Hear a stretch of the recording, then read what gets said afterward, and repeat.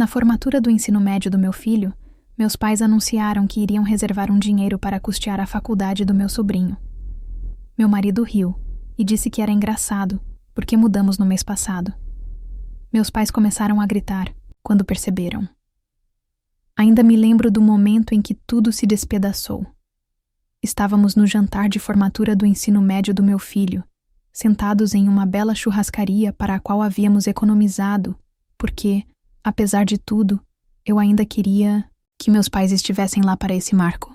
Meu filho Marcos havia trabalhado muito para passar nas aulas, atividades extracurriculares e trabalho de meio período, e finalmente ele foi aceito na faculdade dos seus sonhos. Esse jantar deveria ser uma celebração, mas meus pais tinham outros planos. Logo após a água, servimos nossas bebidas. Minha mãe pegou seu copo, sorriu e bateu nele com um garfo. Ela se levantou, limpando a garganta, e com um grande sorriso de satisfação, ela disse: "Bem, nós temos um anúncio. Decidimos que o fundo da faculdade do Marcos irá para o seu primo Marcelo. Porque ele precisa mais." Eu congelei. Meu marido, Danilo, apertou seu garfo. O rosto de Marcos ficou pálido. Minha filha mais nova, sentada ao lado dele, olhou entre nós, confusa. Meu pai assentiu, como se essa fosse uma decisão perfeitamente razoável, acrescentando que era o melhor para a família. Marcelo passou por momentos difíceis, e isso realmente o ajudará a colocar sua vida nos trilhos. Marcelo, meu sobrinho, filho do meu irmão. O garoto que meus pais sempre favoreceram em vez dos meus filhos. O garoto que eles tiraram de problemas diversas vezes. Eu podia sentir o calor subindo no meu rosto, anos mordendo minha língua, deixando meus pais desprezarem e minarem meus filhos, sendo tratados como uma reflexão tardia comparado ao meu irmão. Tudo começou a ferver. Danilo, no entanto, foi mais rápido. Ele se recostou na cadeira, tomou um gole de sua cerveja e riu. Ele riu divertido, e então disse: "É engraçado, porque nós mudamos no mês passado." Minha mãe piscou. O sorriso do meu pai vacilou. "O quê?" Minha mãe perguntou, sua voz afiada. Danilo sorriu e disse: "Sim, nós vimos isso chegando. Então mudamos o fundo da faculdade do Marcos para fora do alcance deles, semanas atrás." E então tudo explodiu. O rosto da minha mãe ficou vermelho tão rápido que eu pensei que ela fosse desmaiar. "Você não tinha o direito!" Ela gritou. "Meu..." Pai bateu a mão na mesa, sacudindo os talheres. "Você não pode fazer isso." Esse dinheiro era para a família. Eu finalmente encontrei minha voz. Marcos é família, e esse fundo era dele.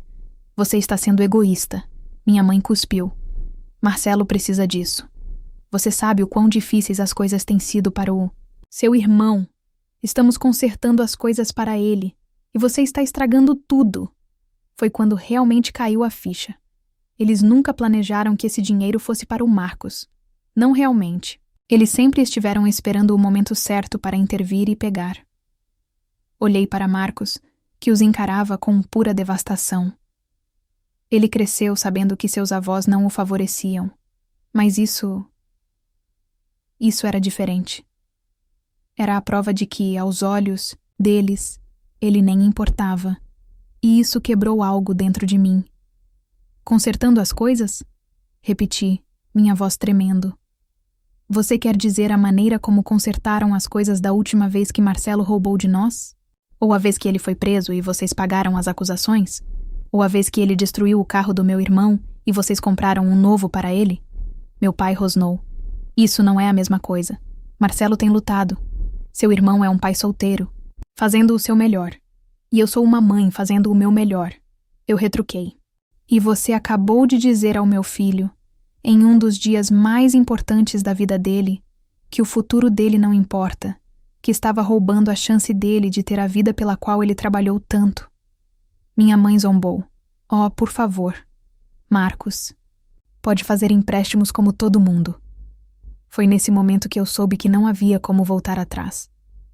Marcos se levantou tão rápido que sua cadeira raspou no chão. "Você sabe o que ele disse?" Minha voz trêmula, mais forte. "Eu não preciso de nada de vocês. Eu não preciso do seu dinheiro, e eu definitivamente não preciso de vocês na minha vida. Danilo também se levantou colocando a mão no ombro de Marcos, e o soltou. Ele disse com a voz firme e calma: não devemos a eles mais um segundo do nosso tempo. Eu me levantei também. Esta era a última chance. Disse aos meus pais: você mostrou repetidamente quem você é, mas hoje garantiu que nunca esqueceremos isso. E com isso saímos. Eles gritaram atrás de nós, nos chamaram de ingratos, disseram que estávamos destruindo a família. Mas quando olhei para meu filho, sua cabeça estava firme, alta, apesar da dor em seus olhos. Eu sabia que tínhamos feito a coisa certa. O que eu não sabia era até onde meus pais iriam para tentar pegar aquele dinheiro de volta. Saímos daquele restaurante sabendo que as coisas nunca mais seriam as mesmas, mas eu não tinha ideia de até onde meus pais iriam para se vingar de nós. No começo, eram apenas telefonemas intermináveis, mensagens de voz furiosas da minha mãe gritando sobre como havíamos traído a família. Meu pai deixou algumas também, rudes e cheias de raiva, dizendo coisas como: você vai se arrepender disso. Meu irmão, que tinha ficado fora da discussão naquela noite, finalmente enviou uma mensagem de texto 2 dias depois. Não sei o que está acontecendo, mas Marcelo precisa desse dinheiro mais do que Marcos. Você está sendo egoísta. Foi tudo o que ele disse, sem perguntas, nenhuma tentativa de entender. Só. Você está sendo egoísta. Eu não respondi. Então o verdadeiro problema começou. A ligação do banco. Uma semana depois do jantar, Danilo recebeu uma ligação do nosso banco. Eu estava na cozinha quando o ouvi dizer: desculpe-me, o quê? Retirada? Eu congelei. Meu estômago caiu. A ligação durou mais 1 minuto ou 2, e quando Danilo desligou, ele estava tenso e com raiva. Eles tentaram acessar o fundo de Marcos. Eu agarrei o balcão. Quem são seus pais? Eles ligaram para o banco, fingindo ser nós. Disseram que tínhamos dado permissão para um saque de emergência familiar. Eu não conseguia nem respirar. Danilo balançou a cabeça. O banco sinalizou, dizendo que algo parecia estranho e me ligou primeiro. Eu queria gritar, a coragem deles, a audácia absoluta. Eu nem hesitei. Peguei meu telefone, encontrei o número do meu pai e liguei. No momento em que ele atendeu, eu soltei. Você realmente tentou roubar de nós? Disse, minha voz tremendo.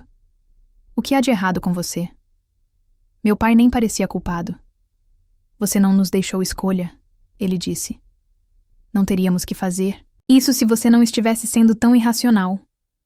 Eu quase joguei meu telefone do outro lado da sala. Irracional? Você tentou cometer fraude. É o nosso dinheiro. Meu pai surtou. Nós contribuímos para isso. O que me paralisou. O que... A voz da minha mãe cortou. Você acha que fez tudo isso sozinha? Você acha que nunca colocamos nada naquele fundo? Minhas mãos cerraram em punhos. Você nunca deu um único centavo para o fundo de Marcos. Você está se lembrando errado, meu pai disse suavemente. E se levássemos isso ao tribunal? Ele continuou. Garanto que eles concordariam que temos direito a isso. Meu sangue gelou. Danilo deve ter visto meu rosto, porque ele se aproximou. Eles não o fizeram, ele disse. Eles não tinham base para isso. Mas eu não tinha tanta certeza, porque meus pais eram mentirosos ousados e manipuladores. E se eles estavam dispostos a ir tão longe, o que mais estavam planejando? A ameaça legal. 3 dias depois, recebemos nossa resposta. Eu estava entrando na garagem quando vi um envelope grosso na nossa porta. Peguei-o e no segundo em que vi o endereço de retorno, eu me senti mal. Era de um advogado. Corri para dentro. Minhas mãos tremiam enquanto eu o rasgava. Danilo estava na sala de estar. O que é isso? Ele perguntou. Eu escaneei a primeira página, depois a segunda, e, na terceira, minhas mãos estavam tremendo muito para segurar o papel com firmeza. Eles estão nos processando. Eu sussurrei. A cabeça de Danilo levantou rapidamente. O que eles estão alegando? Perguntou ele. Que cofinanciamos as economias do fundo de faculdade de Marcos e que transferimos ilegalmente o dinheiro, sem o consentimento deles. Minha voz ficou desconfortável. Eles estão dizendo que possuem parte do fundo. Danilo se levantou tão rápido que sua cadeira raspou contra o chão. Ele pegou os papéis de mim, estreitando os olhos enquanto os lia. Isso está completo. Ah, ele murmurou. Mas eu não tinha tanta certeza, porque meus pais eram bons em uma coisa: mentir, distorcendo a realidade até que se tornassem as vítimas. E o que mais me assustou foi que, em uma batalha legal, eles poderiam realmente ganhar. Nos próximos dias, nos esforçamos para reunir cada pedaço de documentação que tínhamos.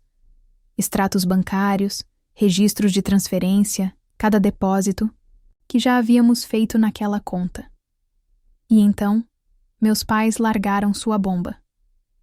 Na próxima reunião de advogados, eles apresentaram um recibo de mais de uma década atrás. Um único depósito de 2.000 DAI no fundo de quando Marcos era um bebê. Eles ficaram sentados lá, presunçosos, como se fosse qualquer coisa, enquanto seu advogado argumentava que, como haviam contribuído com algo para o fundo, eles tinham o direito de contestar para onde o dinheiro foi. 2.000, eu repeti, quase rindo. Você acha que isso lhe dá controle sobre todo o fundo? Minha mãe sorriu docemente. Era uma contribuição e, sem ela, você não teria a base para economizar tanto quanto você fez. Eu vi uma marca vermelha em minha visão, mas felizmente estava mais calma. Então, deixe-me ver se entendi, eu disse. Você acha que só porque deu um presente único há mais de uma década, agora você decide para quem vai? Meu pai assentiu. Exatamente. Eu poderia ter gritado.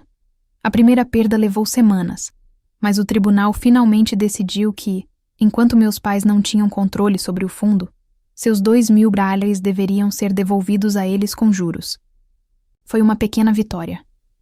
Pelo menos eles não podiam tocar no fundo, mas ainda parecia uma perda, porque a mensagem era clara. Meus pais estavam dispostos a ir até o fim para nos punir por dizer não, e eles ainda não tinham terminado.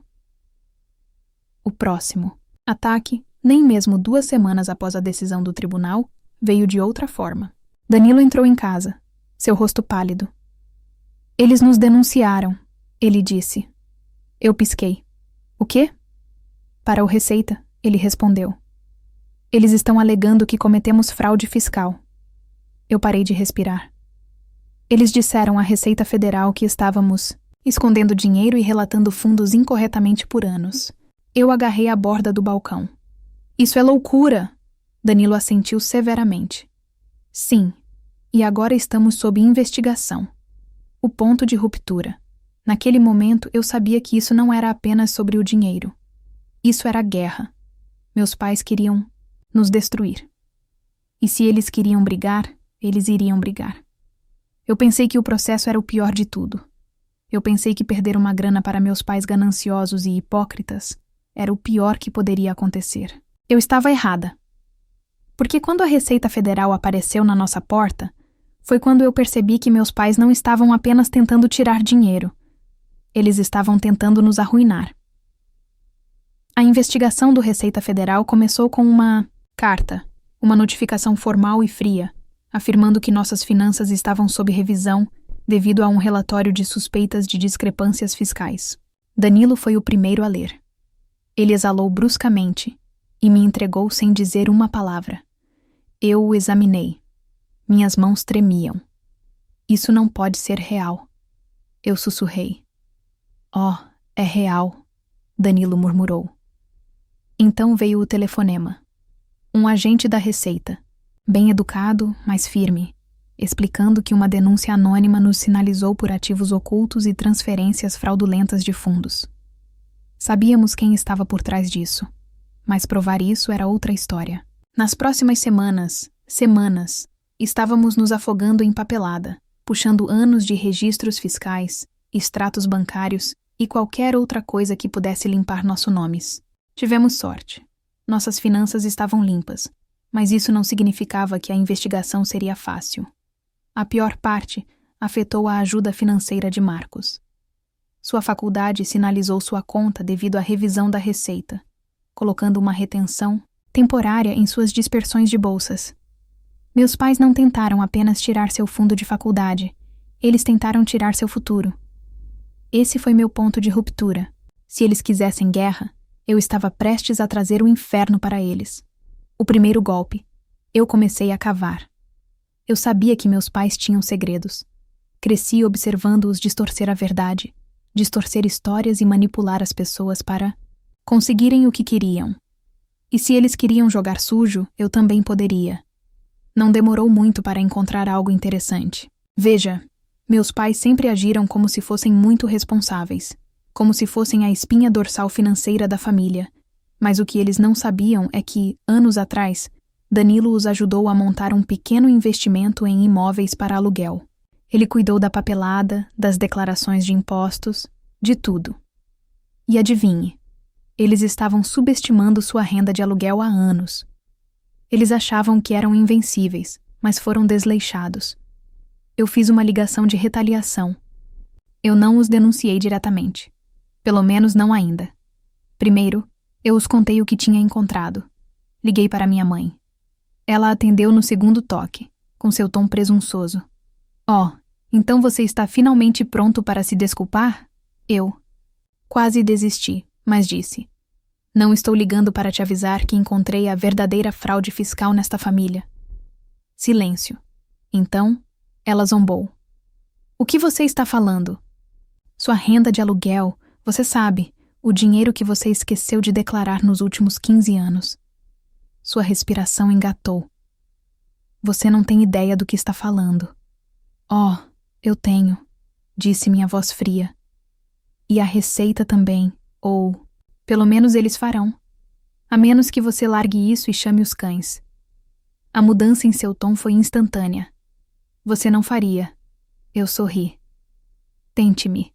Ela não disse mais nenhuma palavra antes de desligar. 2 dias depois, recebemos uma ligação da Receita. Nosso caso, de repente, não era mais uma prioridade. Uma semana depois disso, os fundos da faculdade de Marcos foram descongelados. Eles recuaram, por enquanto. Mas eu os conhecia. Sabia que eles não deixariam isso acabar assim. E eu estava certa. A invasão de domicílio aconteceu tarde da noite. Danilo e eu estávamos dormindo quando o som de vidro quebrando nos acordou. Por um segundo, pensei que estava sonhando. Então ouvi o som inconfundível de passos dentro de nossa casa. Danilo já estava se movendo. Ele pegou o taco de beisebol que mantinha ao lado da cama e gesticulou para que eu ligasse para o 911. Minhas mãos tremiam tanto que quase deixei meu telefone cair. Então ouvimos uma voz. Mãe, pai, Marcos. O pânico tomou conta de mim quando percebi que ele estava acordado. Ele tinha ouvido o barulho e, em vez de ficar parado, estava descendo as escadas. Fique no seu quarto. Danilo gritou. Era tarde. Demais. Entramos no corredor assim que Marcos chegou às escadas, e foi quando o vimos, Marcelo parado em nossa sala de estar, bêbado, seus olhos selvagens e desesperados, segurando um pé de cabra. O confronto durou um momento. Ninguém se moveu. Então Marcelo deu um passo trêmulo para a frente. Onde está ele? Falou arrastado. Danilo apertou o taco de beisebol. Onde está o dinheiro? Marcelo gritou, sua voz embargada. Eu mereço. Eles prometeram para mim. Foi quando percebi que meus pais tinham enviado a ele. Eles sabiam que não podiam tocar no dinheiro. Legalmente sabiam que tinham perdido. Então enviaram seu precioso neto para fazer o trabalho sujo. Marcelo cambaleou em nossa direção, levantando o pé de cabra ligeiramente. Você acha que pode simplesmente pegar o que é meu? Marcos deu um passo à frente com os punhos cerrados. Nunca foi seu. Ele disse, sua voz firme, apesar do medo em seus olhos. E você precisa sair. Marcelo riu, um som amargo e quebrado. Oh, sim. O que você vai fazer sobre isso foi quando Danilo balançou o bastão. Ele não acertou Marcelo, mas sim a parede ao lado dele, com força. O som foi o suficiente para tirar Marcelo de sua névoa bêbada. Ele tropeçou para trás, olhos arregalados. Então, sem outra palavra, Virou-se e saiu correndo pela porta da frente. A polícia chegou 10 minutos depois.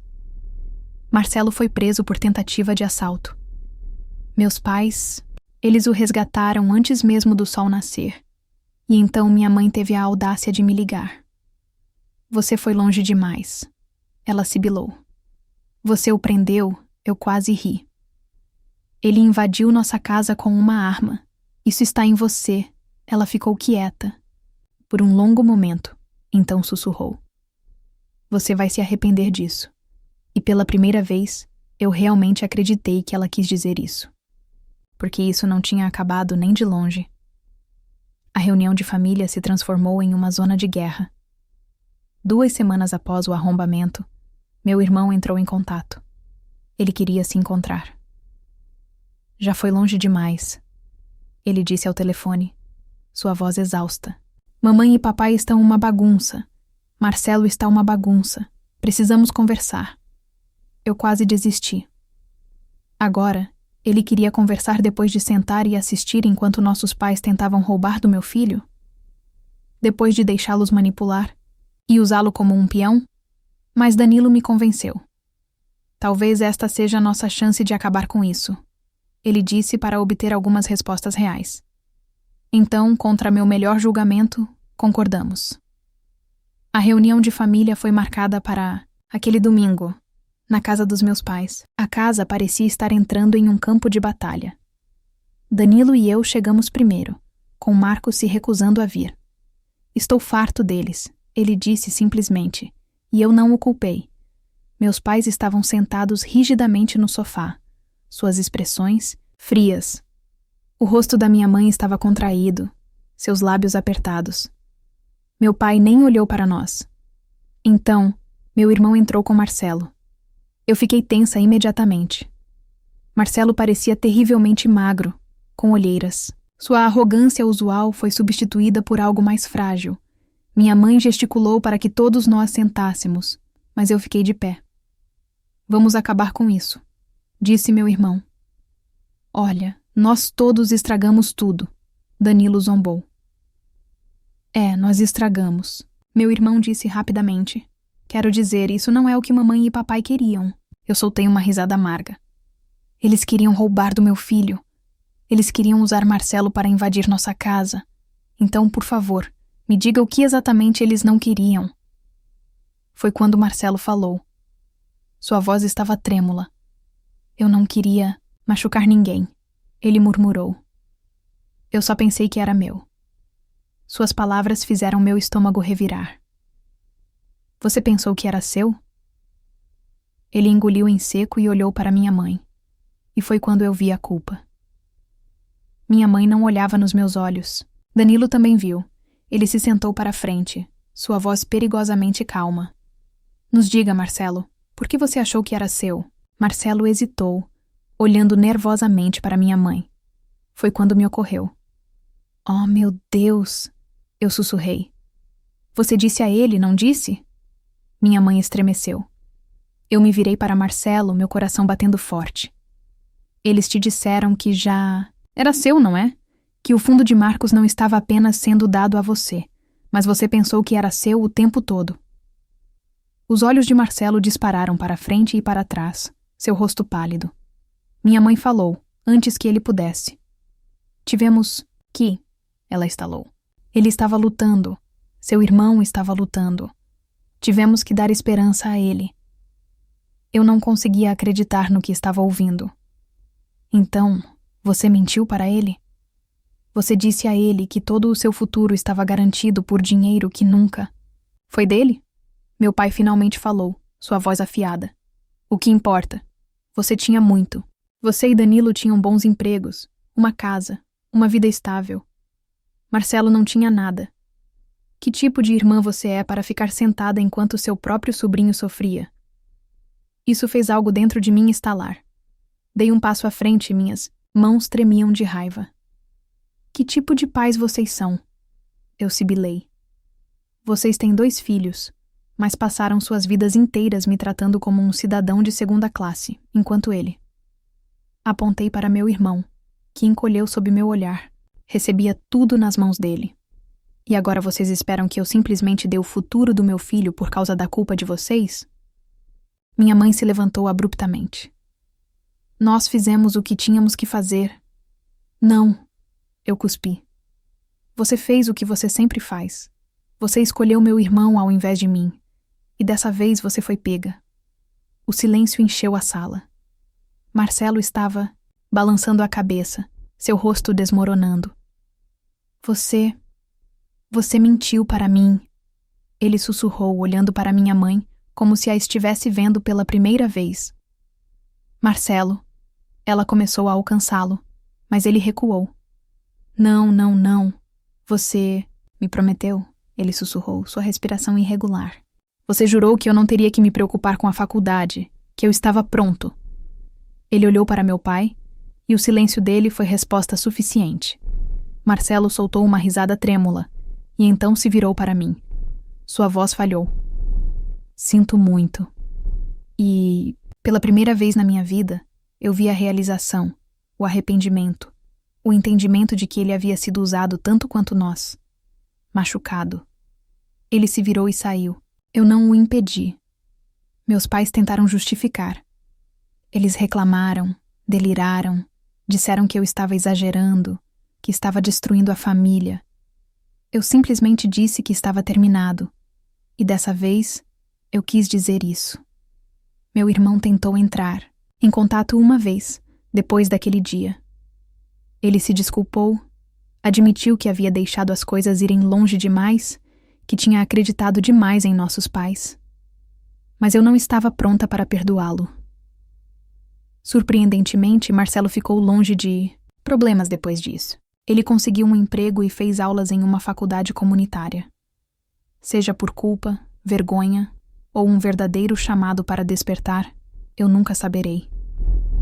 Mas eu esperava que, pelo bem dele, ele finalmente tivesse aprendido.